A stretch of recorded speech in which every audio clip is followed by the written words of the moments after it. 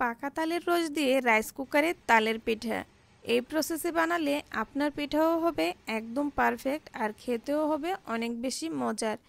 একটি মাত্র বাড়তি উপকরণ যোগ করেই এত মজার করে এই পিঠাটা বানানো যায়, আপনারা বানালেই বুঝতে পারবেন। তাই সকলের কাছে রিকোয়েস্ট থাকবে ভিডিও না টেনে সম্পূর্ণ ভিডিও দেখার। আমি আজকে সহজভাবে দুই পদ্ধতিতে আপনাদের সাথে পিঠাটা শেয়ার করেছি। যে পদ্ধতিতে বানাতে পছন্দ করেন বানাতে পারেন। আর এই যে দেখুন, ঢাকা শহরের তাল গাছে তাল পেকে গেছে, দেখতেও কত সুন্দর লাগছে। আর এই তালগুলো কিন্তু খেতে অনেক মজার হয়। তালের রসটাকে ছাড়িয়ে নিয়ে আসলাম। এখন এতে অ্যাড করে দিচ্ছি স্বাদ মতো লবণ আর দিয়ে দিচ্ছি চিনি। চিনিটা একটু চেক করে দিবেন। এখানে আমি 1 কাপেরও বেশি চিনি অ্যাড করেছি, যেহেতু এখানে তালের রসের পরিমাণটা আমার একটু বেশি, তাই চিনিটাও একটু বেশি দিয়েছি।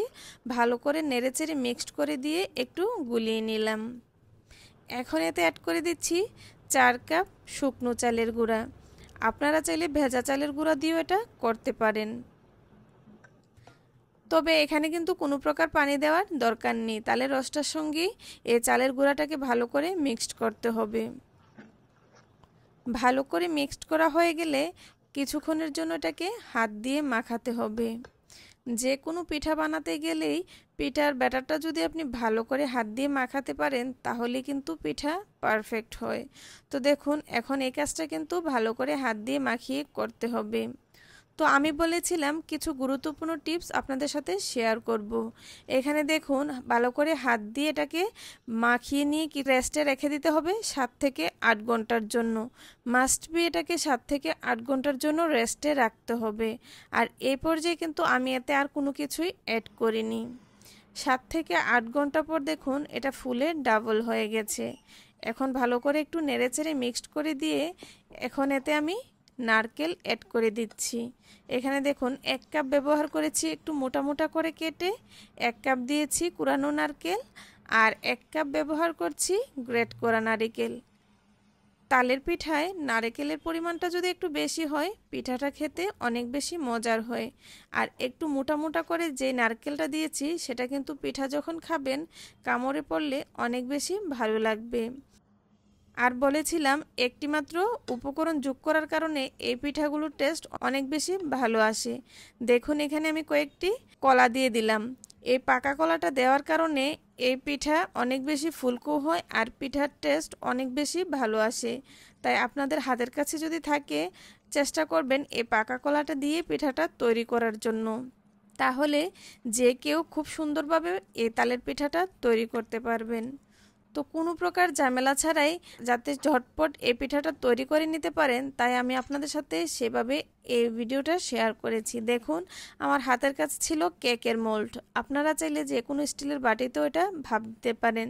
তো মোল্ডে একটু একটু করে এই পিঠার ব্যাটারটা আমি দিয়ে দিচ্ছি। এখন সুন্দর করে দেওয়া হয়ে গেলে একটু টেপ করে দিচ্ছি যাতে চারপাশটা সমান হয়ে যায়। দেখতে সুন্দর লাগবে আর খেতেও বেশ ভালো লাগবে, সেই জন্য উপর থেকে কিছু কিশমিশ আর কুড়া নারকেল দিয়ে দিচ্ছি। এক একটা এক একভাবে সাজিয়ে দিচ্ছি। দেখুন কতটা সুন্দর লাগছে। আপনারা আপনাদের পছন্দ অনুযায়ী এই কাজটা করতে পারবেন। তো দেখুন, এটাকে আমি রাইস কুকারে ভাপ দিয়ে নিব। আপনারা চাইলে চুলায় কোনো পাত্রে পানি দিয়েও এটাকে ভাপ দিয়ে নিতে পারেন। ভাপ দেওয়ার জন্য দেখুন আমি রাইস কুকারে বসিয়ে দিলাম আর 10 মিনিটেই কিন্তু এই কেকটা একদম রেডি হয়ে যাবে। আর এই কেকটা খেতেও কিন্তু অনেক বেশি মজার হয়।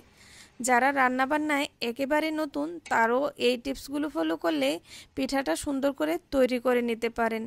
দেখুন 10 মিনিট পর পিঠাগুলো দেখতে কতটা সুন্দর হয়েছে। পিঠাগুলো একদম রেডি। আশা করছি আমার আজকের ভিডিওটা আপনাদের কাছে ভালো লাগবে।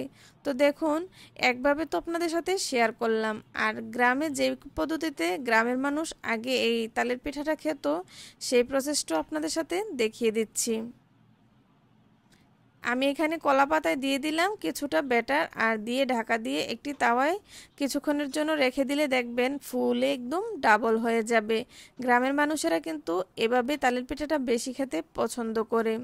কলা পাতার একটা সুন্দর ফ্লেভার থাকে, একটু পুরা পুরা হয়, খেতেও বেশ ভালো লাগে। তো কেমন হয়েছে আমার আজকের এই পিঠাগুলো কমেন্টে জানাবেন। তো দুভাবেই আমি আপনাদের সাথে পিঠাটা শেয়ার করেছি। যে যেভাবে খেতে পছন্দ করেন চাইলে কিন্তু সেভাবেই বানাতে পারেন।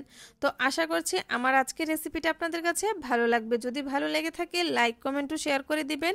পেজটিকে ফলো দিয়ে পেজের পাশে থাকার অনুরোধ রইল। আর পেজটিকে ফলো দিয়ে পাশে থাকলে এরকম আরও নতুন নতুন ভিডিও পেতে আপনাদের সুবিধা হবে। তো আশা করছি ভালো লেগেছে। ধন্যবাদ সবাইকে।